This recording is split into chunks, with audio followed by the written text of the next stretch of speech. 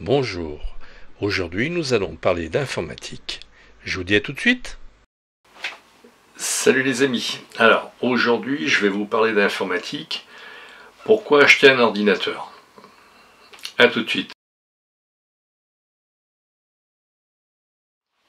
Alors aujourd'hui je vais vous parler d'informatique et vous aider à analyser le processus d'achat d'un ordinateur. C'est pas évident, donc je vais vous donner quelques tuyaux pour vous aider. Alors d'abord, pourquoi s'acheter un ordinateur? Il peut y avoir plusieurs réponses. Parce que. Bon, ok, très bien. Ok, parce que. Ensuite, parce que administrativement, je suis obligé. Par exemple, les impôts, le ministère, là-haut, les gouvernements, considèrent que tout le monde a Internet.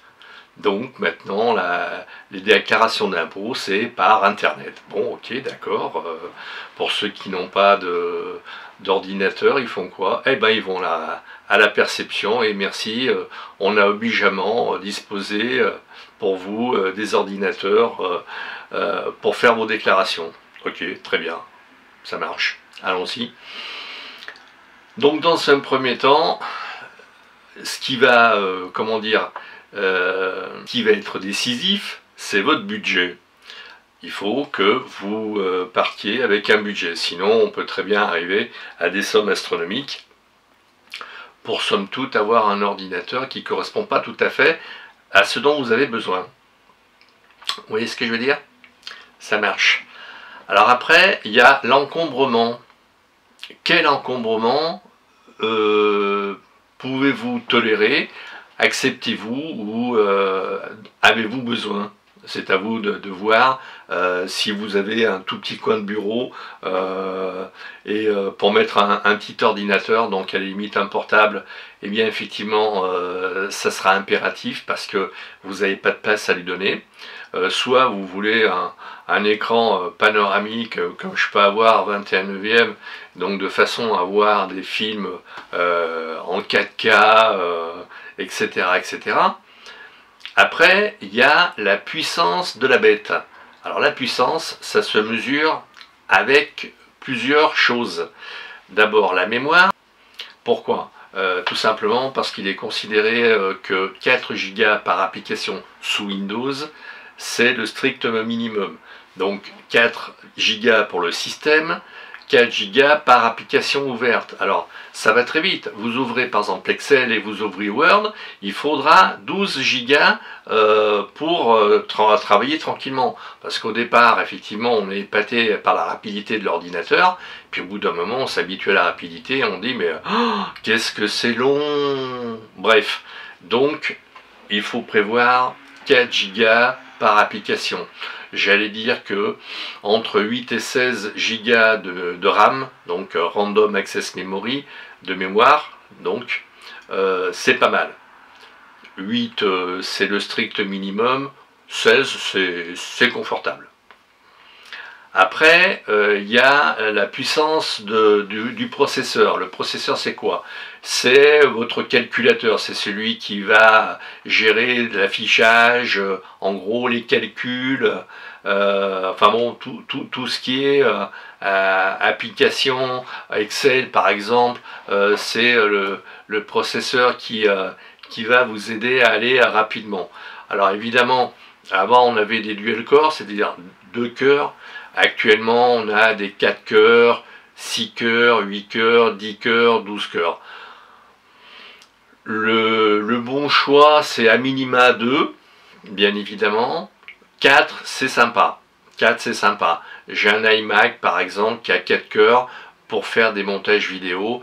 C'est relativement très sympathique et ça va relativement vite. J'ai un Mac Pro qui a 6 cœurs. C'est super sympa, c'est très très confortable. Alors bon, là, vous l'avez deviné, je suis un peu utilisateur Mac, hein, Mac user comme on dit.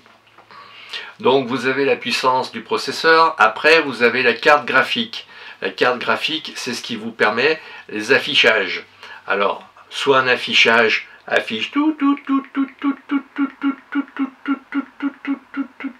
très lentement une page internet, soit pof, ça y est, c'est déjà affiché.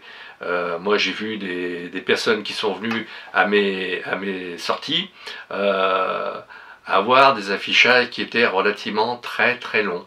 Très longs.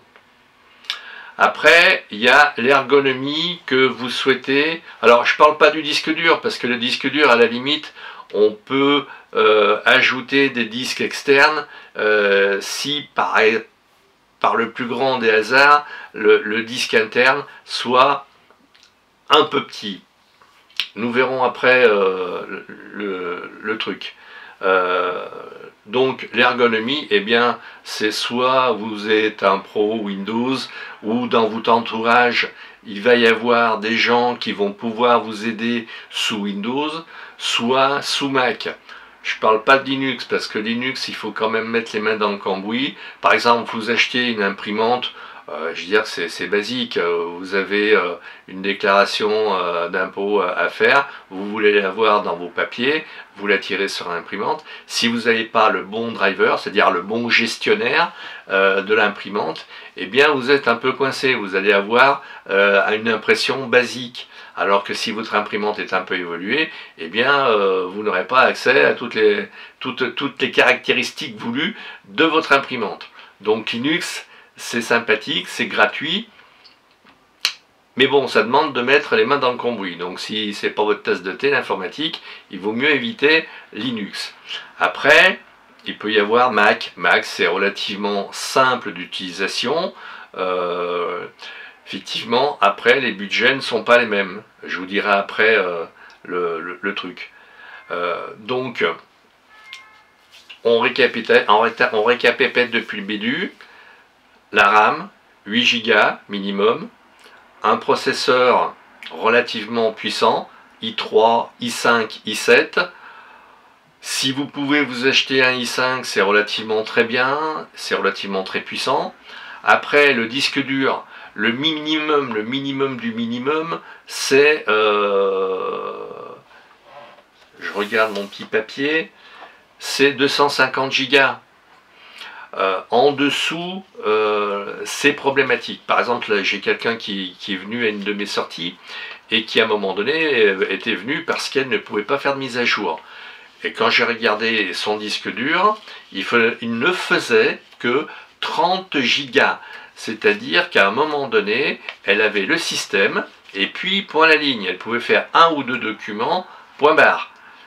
Et quand elle me disait, oui, non, je l'avais acheté 350 €, oui, bah c'est 350 €, un petit peu de foutu à la poubelle parce que elle ne peut pas faire grand chose avec. Alors on a beau se dire, ouais, non, mais je fais pas grand chose avec mon ordinateur, je vais sur internet, regarder mes mails et c'est à peu près tout. Oui, sauf que lorsqu'on a des mises à jour du système à faire, et Windows, Dieu sait s'il en fait des mises à jour, eh bien, on risque d'être coincé. Donc, vous allez voir le vendeur après en disant, oui, mais alors l'ordinateur que vous m'avez vendu, il a un disque un petit peu trop petit, voyez-vous. Et il va vous dire, mais ma petite dame ou mon bon monsieur, fallait me le dire avant. Moi, je vous ai conseillé en fonction de votre demande. Donc, réfléchissez bien, mettez tout ça sur papier. Regardez le budget que vous pouvez allouer à l'achat de votre ordinateur et puis après achetez en conséquence. Alors moi ce que je vais essayer de faire, c'est de vous lister sous la vidéo quelques liens qui vous permettront d'aller voir à droite à gauche les prix pratiqués. Alors l'idéal c'est effectivement au niveau de la puissance et au niveau de la capacité du disque dur, c'est une petite tour, ou ce qu'on appelle un ordinateur de bureau. Les ordinateurs portables sont bien, sont moins chers, mais sont sous-dimensionnés au niveau performance. En général, ce sont des i3 avec des disques durs minimalistes, style 120 Go, avec 4 Go de mémoire vidéo, et pas plus.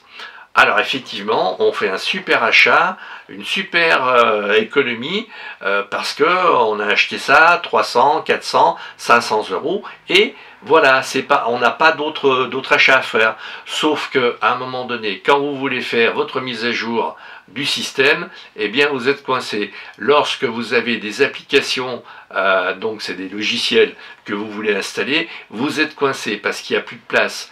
Vous pouvez faire des petits documents à droite à gauche, il n'y a pas de souci. Mais par contre, c'est tout, il faut tenir compte de ça. C'est pas évident de pouvoir anticiper la chose. Alors, si je peux vous aider, je vais vous dire ce que moi j'ai sur mon ordinateur. Alors bon, mon ordinateur, ça fait quelques années que je m'en sers, mais là je viens d'acheter dernièrement un ordinateur, donc pour les applications, ça tient sur 25,7 Go, on va dire 26. Le système de sauvegarde de mon téléphone, ça tient sur 11 Go. Le système en est pour 10 à 12 Go aussi également. Et j'ai des documents pour 200 Go. Alors c'est vrai que je débute pas, j'ai pas mal de documents, mais justement, on a un ordinateur pour enregistrer ces documents. C'est pas pour s'emmerder la vie à dire tiens j'ai une clé USB ou comme je connais quelqu'un qui ses documents sont sur une clé USB et à chaque fois qu'elle a besoin de mettre des documents, elle s'achète une clé USB. On va dire ça c'est de la gestion d'informatique à la petite semaine, si je puis me permettre. L'achat d'un bon gros disque dur externe, et il y en a des pas chers. Alors effectivement pas cher, pour certains c'est trop cher, mais bon, l'informatique c'est une activité qui n'est pas forcément donnée. C'est comme la peinture d'ailleurs. La peinture, je veux dire, si vous faites de la peinture, on va dire un peu évoluée, hein, vous faites des dessins, de beaux dessins, à la gouache, vous faites des aquarelles, des sanguines, etc. Ça coûte des sous. Et bien l'informatique aussi. Voilà. Alors après, qu'est-ce que je peux vous indiquer qui pourrait vous aider? Les systèmes. Alors les systèmes Mac OS, c'est un système relativement stable et costaud. Il est basé sur Unix. C'est le même système qui est sur Linux. Au départ, Linus Torvald a développé un système sous Unix. Et il a appelé Linux, pour Linus, voilà, Linux. Et c'est un système qui est relativement costaud. C'est ce qui permet par exemple de faire des partitions de récupération de système. Mac est donc pareil, est basé sous Unix. Et Windows, lui, par contre, c'est basé sur du MS-DOS, c'est pas du tout la même chose. C'est peut-être pour ça qu'on a plein d'emmerdes quand on fait des mises à jour, et que les mises à jour sont longues comme des jours sans pain. Vous comprendrez que, vous aurez compris que Windows, c'est pas ma tasse de thé, parce qu'à un moment donné, j'ai dû réinstaller 20 fois Windows en une année, si bien qu'à un moment donné, quand j'appelais Microsoft pour les réinstallations, parce qu'au bout d'une dizaine de fois, ils considèrent qu'on commence à être un pirate, et on m'a demandé voir si je faisais pas du trafic. J'ai dit écoutez, si c'était pas de la merde votre truc, je serais pas obligé de le réinstaller plusieurs fois. Et on m'a dit que vous voulez le réinstaller, oui ou non? Je dis oui, je veux le réinstaller. Mais bon, c'est pas de ma faute si je suis obligé de le réinstaller, voyez-vous. Donc voilà. Après, maintenant, c'est à vous de voir. Vous avez votre budget, vous avez la place que vous pouvez lui mettre sur votre bureau, la puissance. Alors, vous pouvez accepter un i3, c'est très bien, un i5 c'est mieux, forcément, hein, je veux dire, 8 Go de mémoire c'est pas mal, que ce soit sous Windows ou sous Mac, ou sous Linux. Un disque dur de 250 Go, ça me paraît le strict minimum. Personnellement, j'ai déjà sur 1 Tera, c'est-à-dire sur 1000 Go, j'ai déjà 300 Go, enfin 296 Go exactement, de pris sur mon disque dur. Ça va très très vite. Ça va très très vite. Vous avez des photos, alors là c'est fini. Vous avez intérêt à avoir un disque dur balèze, c'est-à-dire 1 Tera, 2 Tera, 3 Tera, etc. Vous pouvez également acheter par la suite et ça je le dirai peut-être dans une autre vidéo, dans une prochaine vidéo, le matériel à acheter ensuite. Voilà. J'espère ne pas avoir été trop long et ne pas avoir été trop compliqué dans mes explications. Si c'est le cas, notez-le en observation. J'essaierai de faire une seconde vidéo explicative par rapport à cette vidéo-ci. Et puis, si vous avez aimé, si ça vous a un tout petit peu dépanné, si ça vous a aidé dans le choix de votre ordinateur, n'oubliez pas de liker, de partager, d'en parler autour de vous et de vous abonner, parce que plus j'aurai d'abonnés et plus ça voudra dire qu'effectivement je suis dans la bonne voie et qu'il faut que je continue dans ce sens-là. Je vous remercie de votre attention et je vous dis à très vite. À bientôt.